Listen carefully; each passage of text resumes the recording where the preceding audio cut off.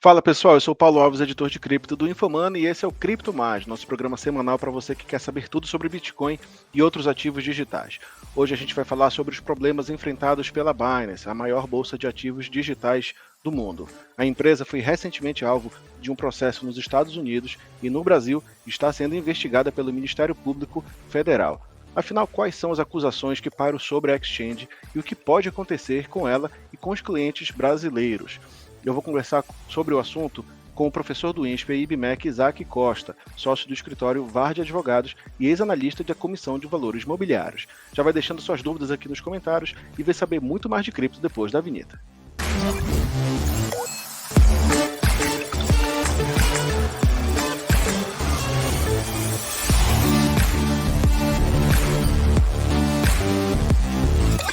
Não esquece de clicar aqui embaixo no link da nossa parceira Levante, que está oferecendo, como sempre, aqui um relatório para você aprender a guardar as criptomoedas com você mesmo nas cold wallets, que são aqueles dispositivos físicos onde você pode guardar ali a chave privada, né, que são as senhas que permitem que você transacione com as suas criptomoedas. É só clicar no link que está aqui na descrição do vídeo e baixar gratuitamente o relatório da Levante. E claro, não esquece de deixar aqui no chat ao lado a cidade de onde você está assistindo a gente hoje. Mas vamos lá então para o nosso assunto do dia. A gente vai falar sobre a Binance. A Binance virou alvo de uma investigação do Ministério Público Federal depois de a CVM recomendar ali uma investigação por enxergar indícios de práticas criminosas. A gente vai conversar sobre esse assunto com o professor e advogado Isaac Costa. Professor, muito obrigado por estar aqui de novo aqui com a gente no Cripto Mais.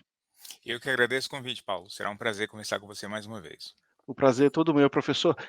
Eu queria começar o nosso papo de hoje, primeiro, é claro, começando ele explicando o que se trata, afinal, essa investigação que está se desenvolvendo contra a Binance. Qual é o principal ponto da acusação da CVM contra a corretora?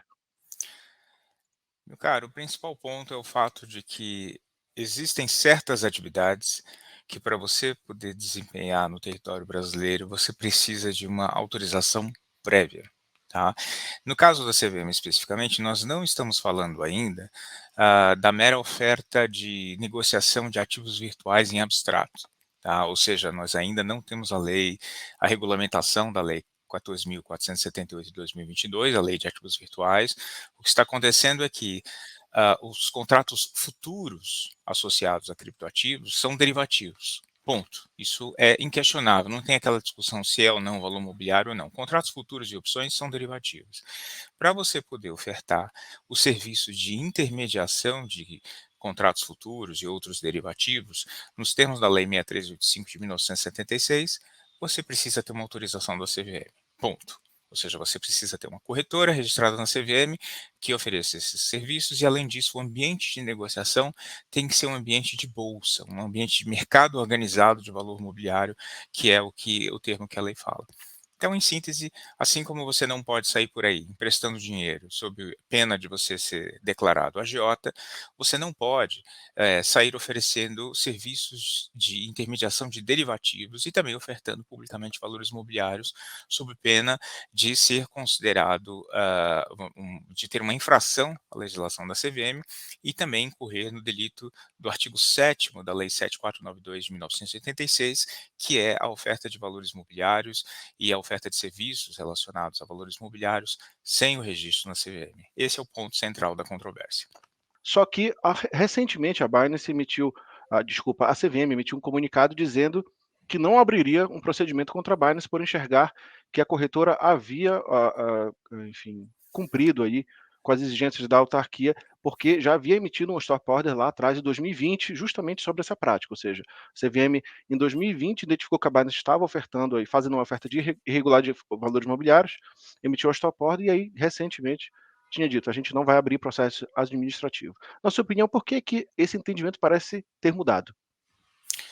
Muito bem, a CVM ela tem vários instrumentos para concretizar a sua atuação sancionadora. Né? Então, de acordo com a gravidade da conduta, de acordo com a recorrência da conduta, com o impacto no mercado e até mesmo fatores externos como repercussão disso no mercado, pressões políticas, pressões de mercado, tudo isso é levado em conta para que a nossa autarquia decida se vai ou não instaurar um processo administrativo sancionador que que pode, né, eventualmente implicar na imposição de multas e outros problemas.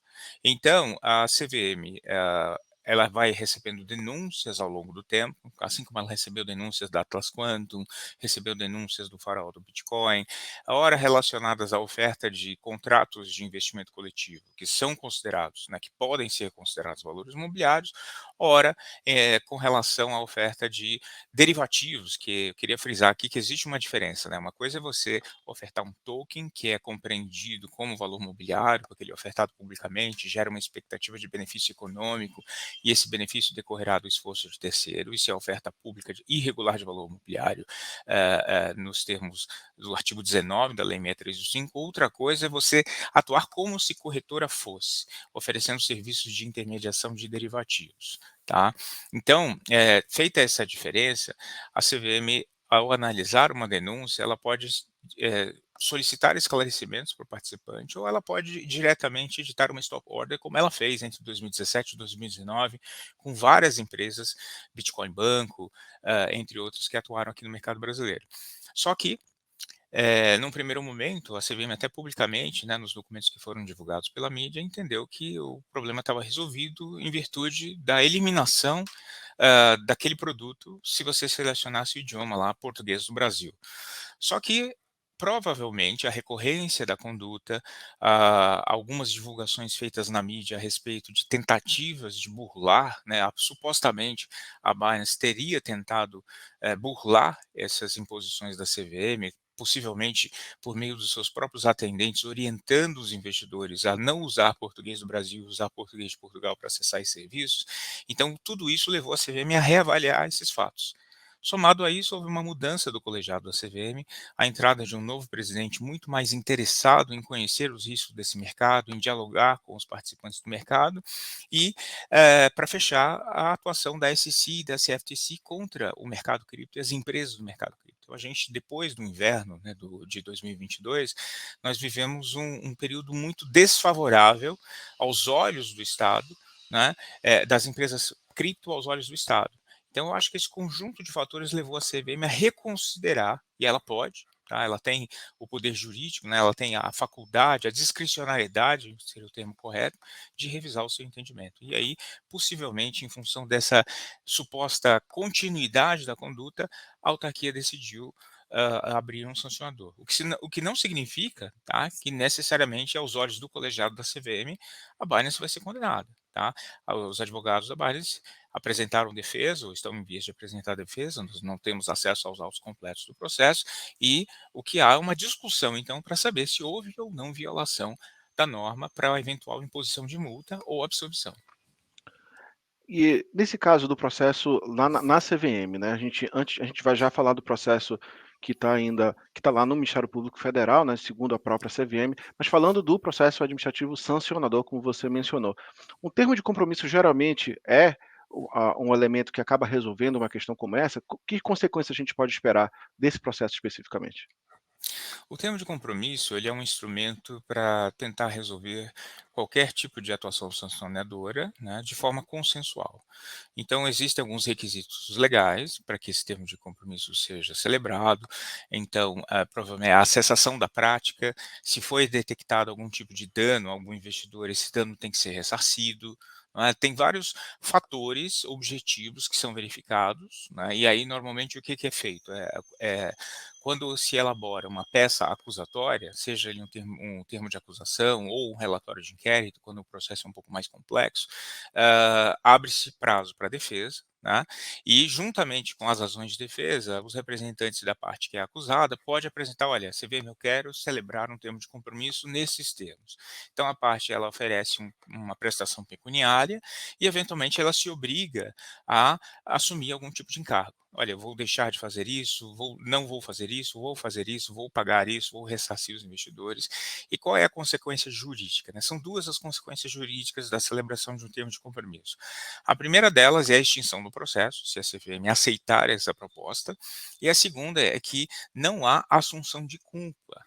Tá? Ou seja, o fato de você pagar, por exemplo, sei lá, R$ 1 milhão, não significa que você pagou uma multa de R$ 1 milhão. Não significa que você confessou e disse, não, realmente eu fiz um ato ilícito. Não. Significa que você encerrou o seu processo mediante a observância dos requisitos previstos na norma e a assunção de algum tipo de obrigação pecuniária e alguma obrigação de fazer ou de não fazer. Tá? É possível, sim, que esse processo seja encerrado por celebração de termo de compromisso, até como vários outros processos são, né? Muitos processos de falha na prestação de informações por administradores de companhias, até mesmo alguns outros ilícitos, né, são, vamos dizer assim, costumeiramente encerrados por termo de compromisso. Agora, existem casos em que o colegiado da CVM entende que, em função da natureza da infração e dos fatos, é muito mais benéfico para o mercado que o caso seja julgado, para que o mercado tenha uma orientação sobre como proceder. Então, em casos como esse, que são às vezes inovadores, ou então que tem algum tipo de entendimento que a CVM entenda ser necessário divulgar para o mercado, ela leva para julgamento. Ou então, quando a própria autarquia já tem um histórico de considerar que certa atuação é meio grave. Caso de insider trading, em alguns casos, né, uso indevido de informação privilegiada e manipulação de mercado. Mas, em síntese, sim, esse processo pode acabar com o termo de compromisso sem a imposição de multa e sem que a Binance seja, vamos dizer assim, perca o seu caráter de primariedade. Ok? Agora, nessa hipótese, professor, do processo ser levado a julgamento, normalmente os resultados desses julgamentos são multas, mas às vezes tem, por exemplo, proibição de atuação de determinado participante do mercado de capitais por um tempo. Esse tipo de punição pode ser aplicado a uma corretora de criptomoedas, que é alguma coisa que ainda não é regulada? Exatamente. A CVM ela tem um limite, né, sobre a sua competência. Então, o que a CVM pode fazer no máximo é uma extensão do que seria o comando da stop order, né, dizendo, olha, você não pode continuar a ofertar derivativos de forma irregular no país. Essa é uma conclusão que pode ser do processo, além da imposição da multa. Tá? Agora, a CVM não pode simplesmente chegar e dizer, olha, Binance, você não pode jamais prestar nenhum tipo de serviço no Brasil. Não.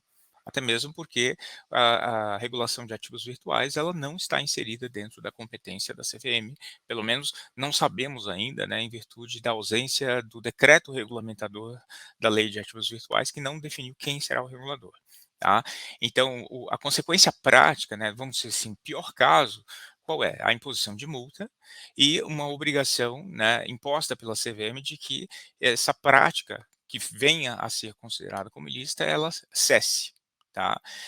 E é importante frisar que a discussão desse processo, ela diz respeito exclusivamente à oferta de contratos futuros. Né? Então, o ambiente de negociação de Bitcoin, de Ether e de quaisquer outros criptoativos, isso, pelo menos por hora, não está inserido na competência da CVM. Então, a empresa não seria impedida, ao menos em teoria, de continuar oferecendo esses produtos para as pessoas domiciliadas no Brasil. Agora, existe uma consequência que é uma espécie de efeito colateral dessa decisão, que é importante também para informar todas as pessoas que estão acompanhando aqui essa nossa conversa. Muitas vezes, o fato de você ter uma stop order, né, um alerta ao mercado dizendo que você não pode continuar fazendo aquele produto, ou até mesmo você ser condenado em processo sancionador, isso tem uma repercussão muito negativa no mercado. Então, eventuais parceiros brasileiros da Binance podem se sentir de alguma forma prejudicados ou, vamos dizer assim, compelidos a cessar aqueles contratos. Né? E aí a gente fala sobretudo daquelas empresas que fornecem o ramp-on e off, né? Que é o acesso ao sistema de pagamentos para a Binance. Isso poderia acontecer com qualquer exchange. Né? Na hora em que você faz a troca de cripto por moeda fiduciária, por reais, você precisa ter algum tipo de instituição que está conectada ao sistema de pagamentos brasileiro. Atualmente, essa configuração, no caso da Binance, ela tem gateway, uma instituição de pagamentos, junto com o banco BS2. Anteriormente, era a acesso com a Capital. Né? Então, essas instituições, porque são reguladas, pelo Banco Central o entendimento dos departamentos de compliance e risco dessas instituições em função de uma eventual condenação da Binance, isso pode levar a um eventual problema na relação contratual e até mesmo uma cessação da prestação de serviços. Mas isso já é uma extrapolação, é uma possibilidade, tá? É uma possibilidade real, porque a gente já viu outras condenações que acabaram fazendo com que aquela empresa condenada ficasse meio que numa lista, vamos dizer assim, adversa, mas é importante frisar que esse risco existe. Ou seja, a gente pode esperar que uma possível, eventual consequência, claro, se a CVM, acabar não entrando em acordo com a Binance, ou seja, não na hipótese de não haver um termo de compromisso, de que a Binance, seja levada a julgamento, de que seja condenada, e que isso acabe afastando parceiros da Binance no Brasil, existiria aí eventualmente uma consequência de o brasileiro, por exemplo, ter problemas para enviar e sacar reais da corretora. Essa a gente pode dizer que seria uma possível consequência? Seria uma consequência, claro, a gente está falando aqui no campo das probabilidades, né? Então, no passado eu tive essa mesma conversa com você, não sei se você se recorda, né, sobre essa interrupção. Muita gente falou, não, é um absurdo, é impossível, exatamente quando havia um imbróglio entre a Acesso e Capital e a Binance, e não, nunca vai acontecer de cessar os saques. E eu lembro que a gente falou sobre isso, foi considerado um exagero, e coisa de 2 meses depois, exatamente, a Binance ficou quase um mês, um pouco mais de um mês, sem permitir o resgate em reais. Então, isso vai depender muito da percepção de risco dessas instituições a respeito dos desdobramentos desse processo com relação a Binance. Tá? Então, certamente isso está sendo discutido nos bastidores, e a Binance, do tamanho que ela é, deve estar pensando em uma solução para evitar a interrupção da prestação desses serviços. Mas é importante que, se você tem saldos em reais, né, e aí talvez até adiantando, né, um ponto principal dessa nossa conversa, é, exchange não é carteira.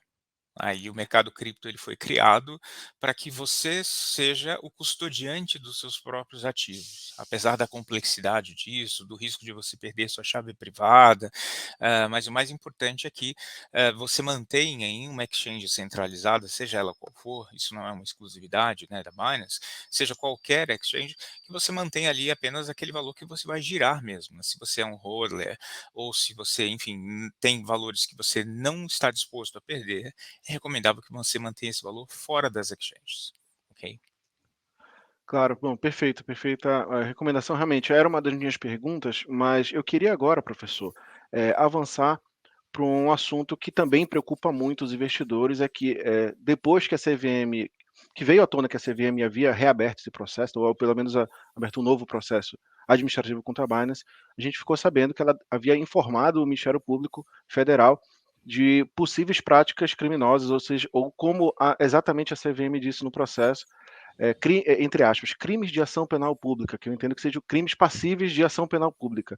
A Uhum. gente ainda não tem detalhes sobre esse processo, você mesmo mencionou, é um processo que corre em sigilo, mas levando em conta a característica do negócio da Binance e dos crimes que são passíveis de ação penal pública, a gente pode estar falando de quais crimes nesse caso? É possível especular? Veja, é importante esclarecer para todos, né? Quando a gente fala, ai meu Deus, prática de crime, todo mundo fica muito preocupado, né? Mas na verdade é importante deixar bastante claro, inclusive quem tiver curiosidade, a CVM ela publica periodicamente o seu relatório de atividade sancionadora, em que ela mostra o número de processos que foram instaurados, o número de processos que foram julgados, o número de condenações, de absolvições, e uma das métricas que é apresentado nesses relatórios são as comunicações ao Ministério Público de fatos que podem conter o indício de crimes, da prática de crimes. Tá?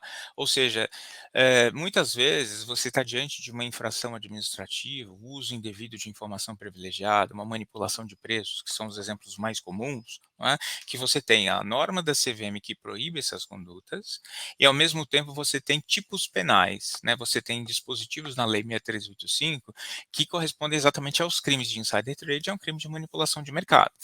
Então, como a CVM ela só tem competência administrativa, no processo administrativo para imposição de multas, o que ela faz? Ela comunica à autoridade da persecução penal, ela comunica ao Ministério Público e, em conjunto com a Polícia Federal, porque são crimes federais, não é, da de competência da Justiça Federal, vão conduzir as diligências necessárias para saber, olha, vamos abrir inquérito policial, ah, uma vez que o inquérito vá adiante, no relatório de inquérito, vamos oferecer denúncia, e aí isso tem todo um trâmite que é regido pelo Código de Processo Penal. Tá? Então, a CVM costuma fazer essas comunicações em dois momentos.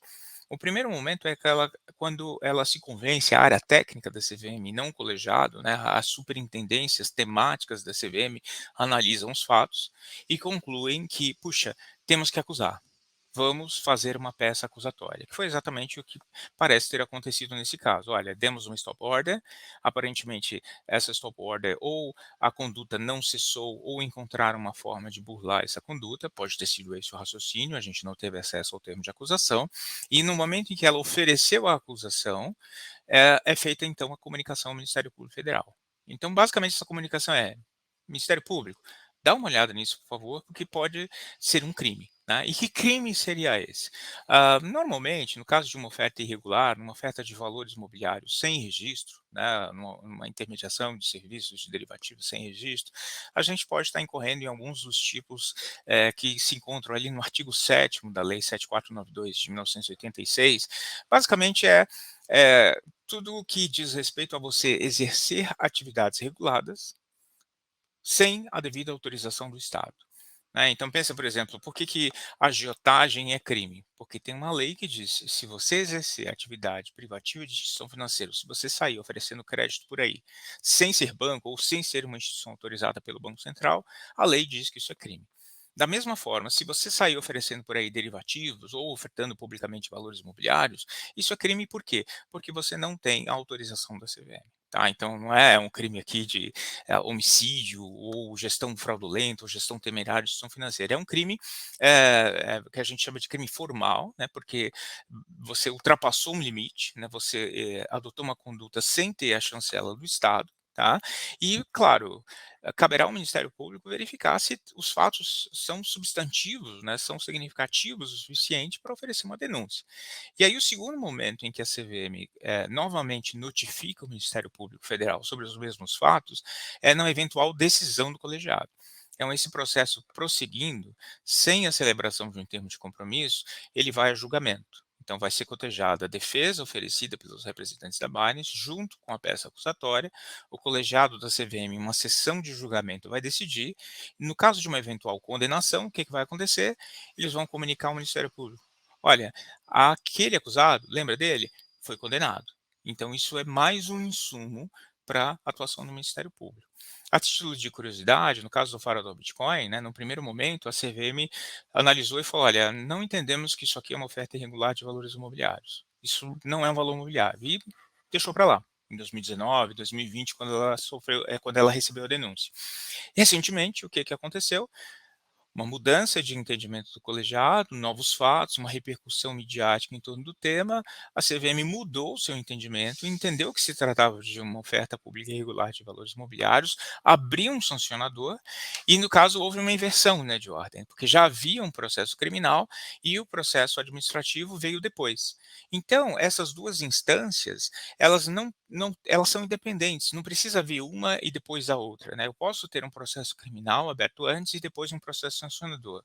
No caso aqui, especificamente desse da Binance, eu tenho um processo administrativo sancionador já, e pode ser que nós tenhamos um processo criminal no curso dessas diligências. Tá? E sem prejuízo também de outras investigações que podem estar sendo feitas até mesmo por ministérios públicos estaduais. Tá? Mas aí a situação se torna muito complexa. Para o usuário do cripto, para o cliente da Binance, é importante dizer: olha, a oferta de derivativos é um ponto controvertido, é um ponto problemático. Isso pode levar o quê? A Binance a pagar uma multa e a ela ser obrigada a deixar de oferecer esses serviços para o público brasileiro. Ou seja, não vai adiantar mais a troca do idioma, nem aquele aviso dizendo que você está entrando nessa área por sua própria conta e risco. Tá? O uso do idioma português, a ausência de verificação do seu cadastro para saber se você é um usuário domiciliado no Brasil ou não, a ausência de verificação do seu IP para saber se você está no Brasil ou não, tudo isso vai ser levado em consideração.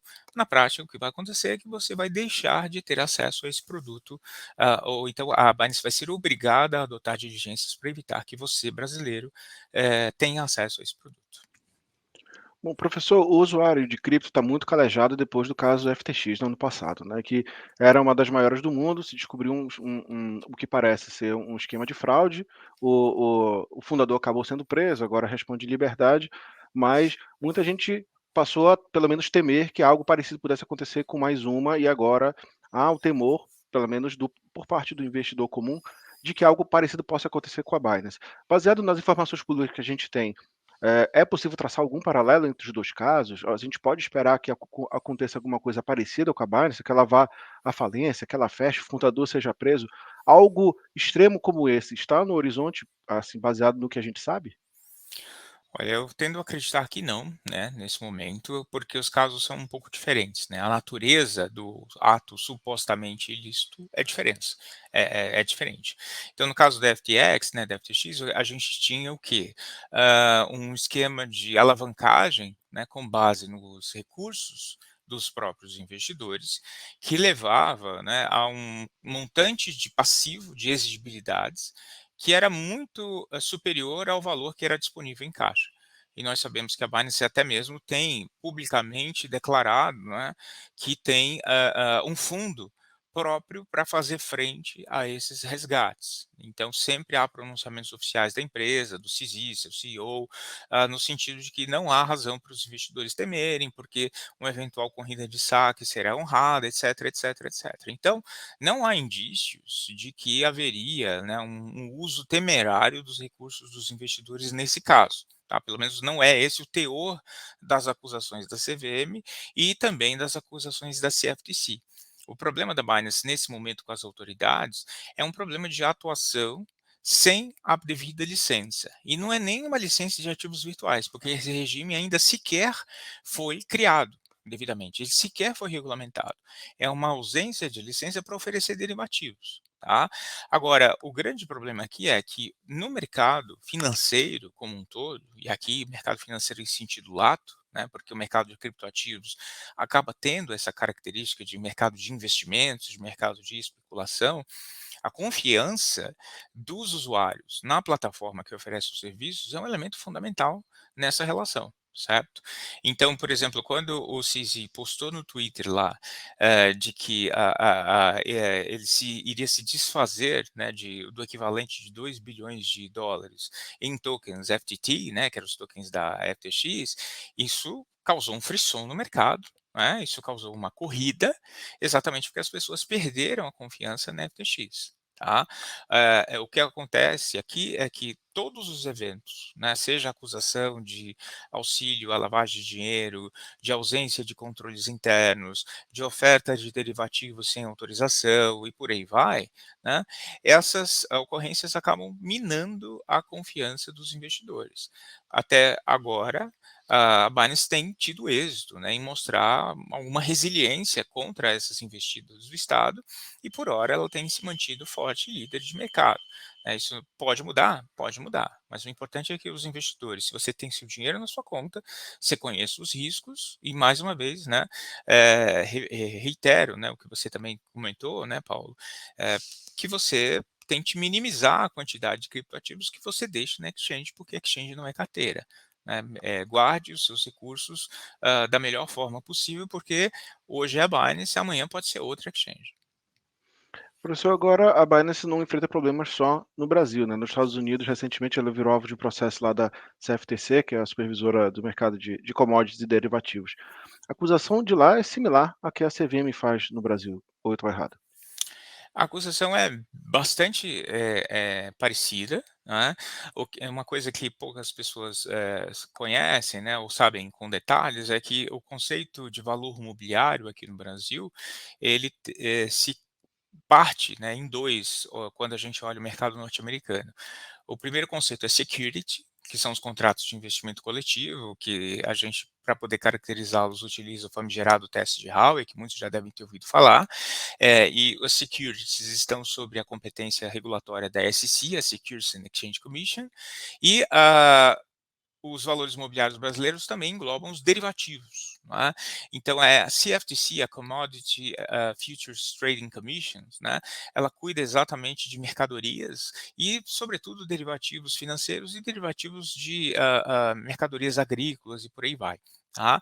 Então, a atividade de oferta de contratos derivativos ela está sujeita a uma autorização prévia da CFTC, de forma análoga ao registro de oferta pública de securities que tem que ser feito perante a SEC. O que a CFTC entende é que, ostensivamente, né, a Binance teria tomado algumas medidas para oferecer esses seus serviços para cidadãos norte-americanos e facilitar o acesso desses cidadãos, inclusive orientando-os a utilizar VPN para burlar algumas restrições de IP. Tá? E o que é diferente no caso brasileiro do caso norte-americano é que depois de uma ação das autoridades norte-americanas, a Binance acabou criando lá uma subsidiária, né, a Binance US, que em princípio teria as operações totalmente dissociadas da Binance Global. E aí há uma controvérsia se existe realmente uma segregação de atividades ou não, mas o fato é que, num primeiro momento, as autoridades americanas se deram por satisfeitas com a existência de uma subsidiária local que estaria atuando em conformidade com a legislação local e que estaria perseguindo as licenças locais. O que se constatou nos termos da acusação da SFTC é que a Binance US, na verdade, não estaria, né, totalmente regularizada e, além disso, os serviços estariam sendo prestados em consonância com a Binance Global, inclusive sem a verificação do endereço dos usuários, né, dos dados cadastrais, para evitar que determinados serviços fossem oferecidos para cidadãos norte-americanos, sem a verificação do IP, ou então orientando os usuários a utilizar a VPN para burlar o IP. Tá? Então, são nuances, mas em essência a acusação é a mesma. Agora também lá nos Estados Unidos, surgiu aí a especulação de que, por conta de alguns trechos do processo da SFTC, eh, muita gente começou a especular de que a Binance possa ser alvo de um processo criminal aí pelo Departamento de Justiça americano. Fontes com quem eu andei conversando chegam a dizer que todos os dias acordam e olham já esperando se é naquele dia ou não que vai surgir a notícia de um processo criminal contra a Binance nos Estados Unidos. Na sua opinião, professor, se algo do tipo prosperar por lá, o que que a gente pode esperar de consequência para a Binance no mundo, levando em conta a importância dos Estados Unidos como mercado? Olha, certamente seria um revés muito grande, né, para qualquer empresa cripto você perder o mercado norte-americano. Não só para a Binance, mas até a própria Coinbase, por exemplo, está sofrendo bastante, mesmo sendo regulada, mesmo tentando atuar em conformidade com a norma, está sendo alvo também de várias ações de enforcement dos reguladores norte-americanos. É o maior mercado do mundo. Mas a gente não pode esquecer que o mercado cripto a tecnologia em questão, ela foi desenvolvida exatamente para ser resistente à censura, não é? Então, eu diria que assim, tudo vai depender do apetite ao risco do usuário cripto. Existem usuários cripto que exatamente são totalmente contrários a qualquer tipo de relação entre a tecnologia e o Estado. E entendem que governo e cripto são coisas que não se misturam.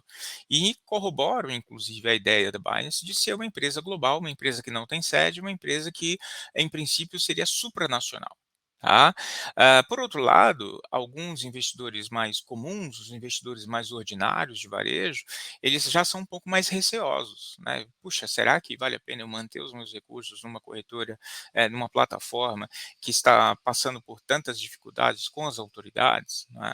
O que a gente tem visto nos últimos anos é que, a despeito de várias ações de enforcement contra a Binance no que diz respeito à suposta facilitação de lavagem de dinheiro, isso de modo algum afastou os investidores cripto dessa plataforma. Né? Pelo contrário, a Binance continua crescendo e foi se consolidando na liderança no mundo inteiro. Isso das duas uma, né? Ou essas acusações eram infundadas, eram falsas, ou então a existência dessas acusações não foi suficiente para que os investidores se sentissem desconfortáveis em prosseguir com a Binance. A repercussão de um eventual processo criminal, Paulo, eh, na verdade, por mais que possa parecer muito mais gravoso, né, eu tendo a acreditar que ela vai ter um problema reputacional, vai gerar um problema reputacional. Certamente vai ser mais difícil para o cidadão comum norte-americano acessar, né, esse serviço. Ele vai precisar de uma VPN, vai precisar burlar algum controle que venha a ser imposto, mas em princípio a tecnologia permite que os serviços continuem sendo operados normalmente, vide a China, que proíbe cripto, e a gente sabe que é um mercado bastante pujante por lá. Então, certamente, o que a gente está vendo é mais um capítulo nessa tensão entre Estado e empresas da criptoeconomia. Algumas empresas dizem não, queremos cumprir as regras para atrair investimentos incumbentes, para andar em jogo e apostam muito mais na tecnologia e não na liberdade que advém da tecnologia, mas na interoperabilidade, na descentração e outras características, abrem mão de alguma liberdade para atuar em conformidade, enquanto outras empresas dizem não, eu quero privacidade, é um direito, ainda que eu tenha o risco de abusar desse direito, eu tenho a liberdade de investir e de estar onde eu quero e decidir se eu pago imposto quando eu quiser e por aí vai. Então, assim, não é no nosso caso aqui dizer quem está certo ou quem está errado, mas sim mapear essas duas visões e vamos ver os desdobramentos disso tudo aí. Certamente vai ter espaço, seja a Binance, no pior caso, condenada em todas as instâncias no Brasil, nos Estados Unidos, administrativa, criminalmente, certamente isso, pelo menos por hora, não me parece ter o condão, né, de gerar uma grande corrida de saques num primeiro momento. Né? Posso estar sendo um pouco otimista aqui, mas talvez a soma de outros fatores, né, algum outro tipo de revelação, algum outro tipo de caso mais grave ainda, aí sim a gente poderia ter talvez uma cooperação internacional com trabalhos, mas sendo casos isolados, eu vejo que, na verdade, a Binance tem condições de se mostrar antifrágil, né, e se mostrar ainda mais forte diante de todas essas ações de enforcement. Vai ser muito interessante a gente ver o desdobramento dessa questão, junto com o caso Ripple, né, o eventual julgamento da Ripple pela SEC, pelos tribunais norte-americanos, conforme a acusação da SEC, e também as ações de enforcement contra a Coinbase. Eu acho que esse vai ser um ano decisivo para a gente ver como que vai ser o relacionamento entre o Estado e as empresas da criptoeconomia. Professor, como sempre, muito esclarecedora a conversa com você. Eu conversei hoje com o professor e advogado Isaac Costa. Professor, muito obrigado pela participação. Eu que agradeço o convite mais uma vez, um forte abraço para você e para todos que assistiram essa nossa conversa. Um abraço. A Binance mandou um posicionamento para o Infomoney sobre esse caso, eu vou ler aqui na íntegra para vocês.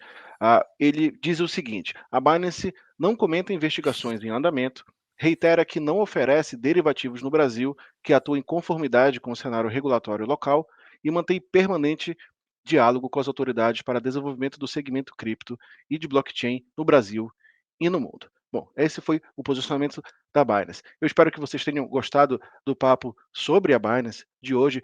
Por favor, deixe nos comentários as dúvidas sobre o caso, se você gostou do papo e se você, ainda assim, levando em conta o que o professor explicou, se você está com medo de deixar seus recursos na corretora ou se você não se preocupa muito com esses casos, essas acusações que podem ser até criminais contra a exchange. Eu vou ficando por aqui, não esquece de compartilhar esse vídeo com seus amigos, acessar nossas matérias em infomoney.com.br. Eu espero vocês na próxima segunda-feira. Até lá.